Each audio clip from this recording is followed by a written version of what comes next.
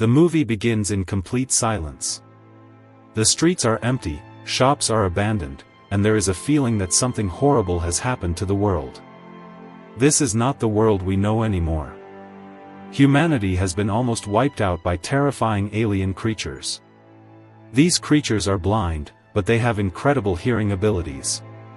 The smallest sound, even a whisper, a footstep, or the click of a toy, is enough to bring them rushing in. And once they arrive, they kill within seconds. The only rule of survival in this new world is simple. Backhand index pointing right, don't make a sound. Amid this apocalyptic setting, we meet the Abbott family. Lee Abbott, the father, a strong and intelligent man who is doing everything possible to protect his family. Evelyn Abbott, the mother, gentle yet incredibly brave, who is also pregnant. Reagan Abbott, their teenage daughter, who is deaf. Marcus Abbott, their young son, quiet and cautious. Bo Abbott, their youngest child, only 4 years old, curious and innocent. The family communicates through sign language, because speaking aloud is too dangerous. They walk barefoot everywhere, and even outside, they have laid out paths of soft sand so their footsteps don't make a sound. Their entire life is built around silence. One day, the family visits an abandoned store to gather supplies. Everyone moves slowly, carefully, making sure not to knock anything over. Little Bo finds a toy rocket on a shelf. His eyes light up, he is fascinated by it. But Lee immediately takes it away, removes the batteries, and tells him through signs that it is too dangerous. The toy makes noise, and noise equals death. Bo looks disappointed, but his sister Reagan feels bad for him. Quietly, without telling anyone, she gives Bo the toy rocket as they leave the store. The family starts walking back home along the sandy path. Lee carries heavy supplies, Evelyn walks beside Marcus, and Reagan stays close behind. Little Bo lags a few steps back. He secretly puts the batteries back into the rocket toy. And then, in the middle of the quiet forest, the rocket makes a loud beeping noise. Instantly, Lee's face changes. His heart sinks. He throws the supplies to the ground and sprints toward Bo. Evelyn gasps in horror. Reagan freezes, realizing what just happened. From the trees, a huge alien creature bursts forward.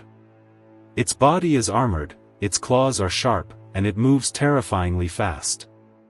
Within seconds, it snatches Bo and kills him before Lee can reach him. The family stands frozen in shock. Evelyn falls to her knees, unable to even scream. Lee is devastated. Reagan feels crushing guilt, because she was the one who gave him the toy. This tragic moment marks the beginning of their story of survival and sacrifice.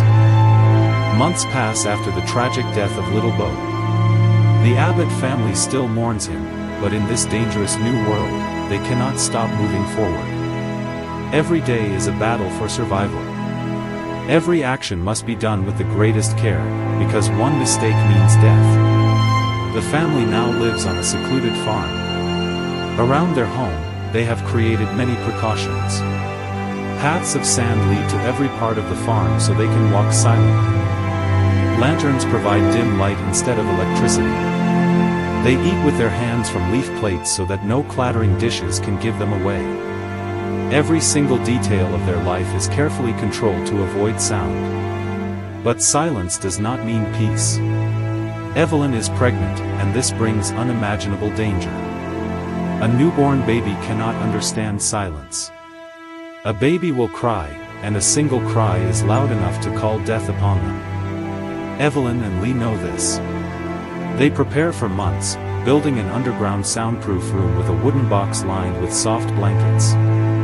They even place a small oxygen mask inside, so that when the baby cries, it can be kept safely inside the box without suffocating. Despite these preparations, both parents live with constant fear. How will they protect a newborn in a world where silence means survival? Lee the protector. Lee takes it upon himself to prepare his children for survival. He spends time with Marcus, teaching him how to fish silently, how to follow trails, and how to stay calm even when afraid. Marcus, however, is terrified of the outside world. He hates going near the woods or rivers because he knows the creatures could be anywhere. Reagan, on the other hand, wants to prove herself. She is strong, independent, and angry at her father. She feels guilty for Beau's death, believing it was her fault for giving him the toy rocket. She also believes her father blames her, because he seems distant with her. Lee, however, loves Reagan deeply. He has been tirelessly working on building her a new hearing aid, trying again and again to design one that can help her hear. But none of them seem to work. Reagan does not realize the depth of his care, and the distance between them grows. The ever-present danger. Life is never truly safe. At night, the family locks themselves in, but the creatures roam the area constantly. They are massive, armored, and fast. The only advantage humans have is that the creatures cannot see, but their hearing is so sharp, it makes little difference. A falling plate, a creaking floor, or even a gasp could bring death. One evening, Evelyn is alone at home, preparing for the arrival of her baby. She goes down to the basement, carefully folding baby clothes and checking the supplies. Suddenly, her foot catches a nail sticking out of a stair. The nail stands upright, dangerous and sharp. Evelyn doesn't notice, but the camera shows it clearly. We know this small detail will return later in a terrifying way. The tension continues to build. We see the family struggling silently, the fear etched into their faces at every moment. Evelyn and Lee share a rare quiet moment together by a fire. They listen to music through shared earphones, holding on to the small fragments of love and hope that still exist in their broken world. For one brief night, they remember what it feels like to be human again. The calm does not last long. One evening, Evelyn goes into labor. She is completely alone in the house. She walks down the stairs with a laundry basket, and suddenly, crack! She steps directly on the nail. Pain shoots through her foot, and she drops the glass frame she was carrying. It shatters loudly on the floor. The sound echoes through the farmhouse. The monsters hear it immediately. Evelyn's eyes widen in terror. She clutches her belly, fighting against the scream that wants to escape her mouth. She knows the creatures are coming. She rushes to switch the red warning lights outside the house, signaling to Lee and the children that danger is near. She struggles to stay quiet even as contractions begin. The pain is unbearable, but she must not make a sound. Every breath, every cry could bring death closer. Evelyn hides in the bathtub, sweat dripping from her face, her hands clutching her stomach. The red lights glow across the farm, and the monsters creep closer to the house. Their armored limbs scrape across the wooden walls. Their claws dig into the floors. The camera shows Evelyn covering her mouth as tears stream down her face. She cannot scream. She must remain silent as she gives birth. Outside, Lee sees the red lights and immediately understands. He grabs Marcus, signaling him to stay safe, and rushes toward the house. Reagan, who feels guilty and distant, also notices the lights and begins to realize just how much danger her family is in. Inside the house, Evelyn is at the limit of her strength. She is in terrible pain, the baby is coming, and the creature is already inside the room. Its long claws scratch against the walls, searching for the source of the sound. Evelyn takes one deep breath, covering her mouth with both hands, and delivers her baby in silence. It is one of the most intense and horrifying scenes in the film. Evelyn has given birth in silence.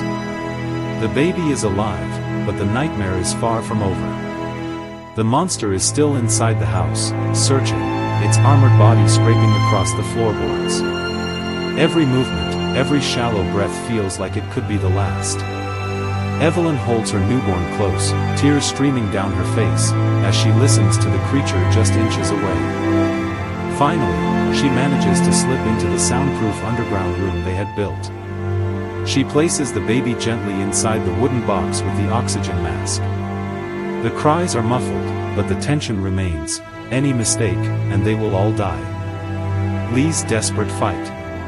Outside, Lee rushes toward the house. He sees the glowing red lights, and his heart pounds. He knows Evelyn is in labor and that danger is near.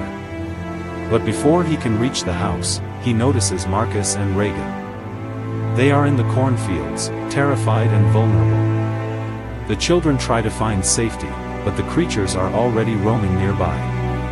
Marcus accidentally knocks over a lantern, starting a small fire. The sound draws one of the monsters toward them. Lee shouts silently, waving his hands, trying to get them to run. Reagan's face fills with fear as she realizes they are trapped. The two children hide inside an old pickup truck in the barn. The monster slams against the vehicle, clawing at the metal, trying to get inside. The truck shakes violently with every impact. Inside, Marcus and Reagan scream silently, holding each other tightly. Lee knows he has to act. He grabs an axe and runs toward the barn. But before he can reach the children, the monster turns its head toward him. It begins to advance, its long limbs cracking against the ground. Lee realizes the truth in that moment. There is no escape for him.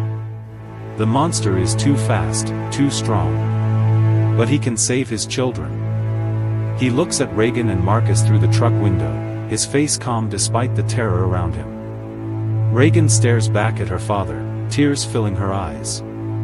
For years she has believed that Lee blamed her for Bo's death. She has felt unloved, unwanted.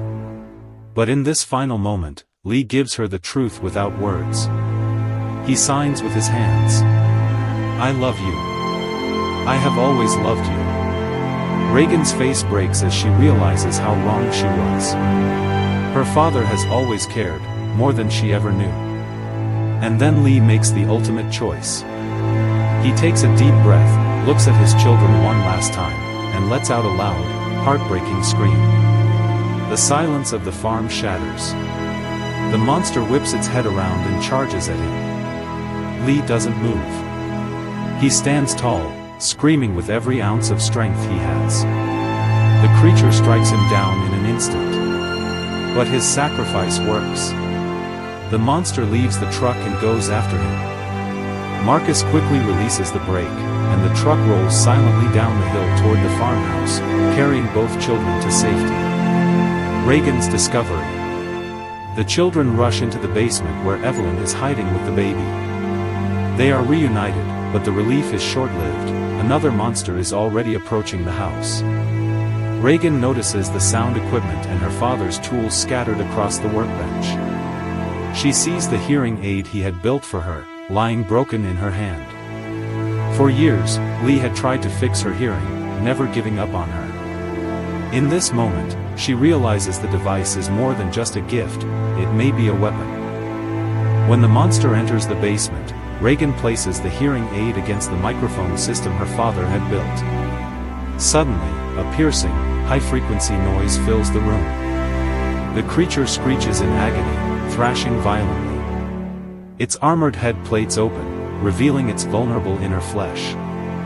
For the first time, the family sees the monster's weakness. The final stand. The creature stumbles, disoriented by the sound.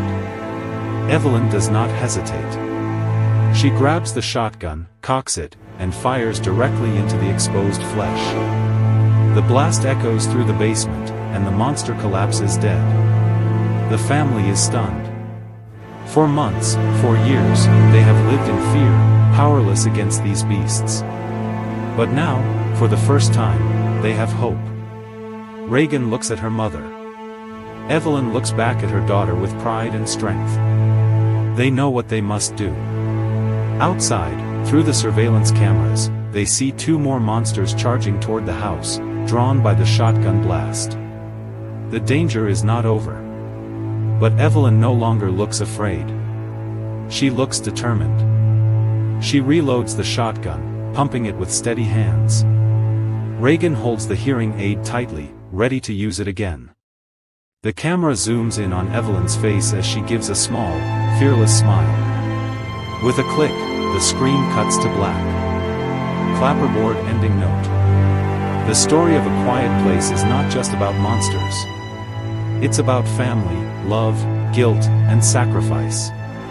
It shows us how far parents will go to protect their children, and how silence itself can become both a prison and a shield. Lee's sacrifice is the emotional heart of the movie. His death was not meaningless, it gave his family the knowledge and courage they needed to fight back. And Reagan, the daughter who once felt unloved, discovers that she holds the key to survival. The film ends with Evelyn and her children preparing to face the future, not as helpless victims, but as survivors who now know the creature's weakness. For the first time, they have hope.